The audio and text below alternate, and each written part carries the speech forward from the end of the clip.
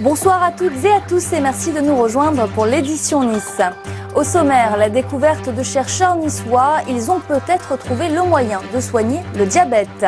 Alors que le diabète touche de plus en plus de Français, une personne sur 300, des chercheurs niçois viennent de publier une étude qui a fait grand bruit dans le monde scientifique.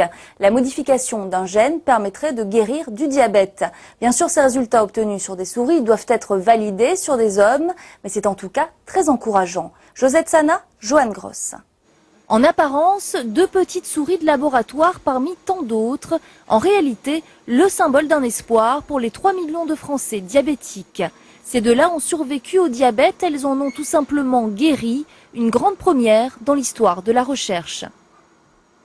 Ces souris, nous leur avons donné le diabète de façon chimique et avons réussi à démontrer que, à la différence de souris contrôle, ces souris ne vont pas décéder, mais vont en fait avoir une glycémie qui revient à la normale et survivre. Donc pour nous, ce sont des souris très importantes parce que ce sont nos souris survivantes du diabète.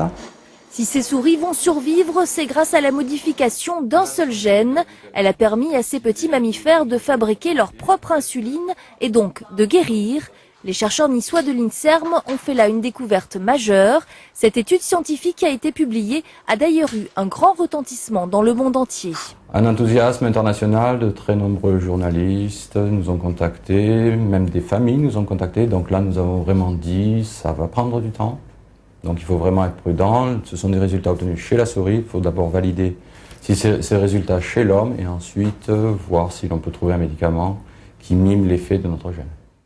Même si une étape importante a été franchie, il faudra du temps. Généralement, une douzaine d'années se passent entre les recherches scientifiques et la mise en circulation d'un médicament.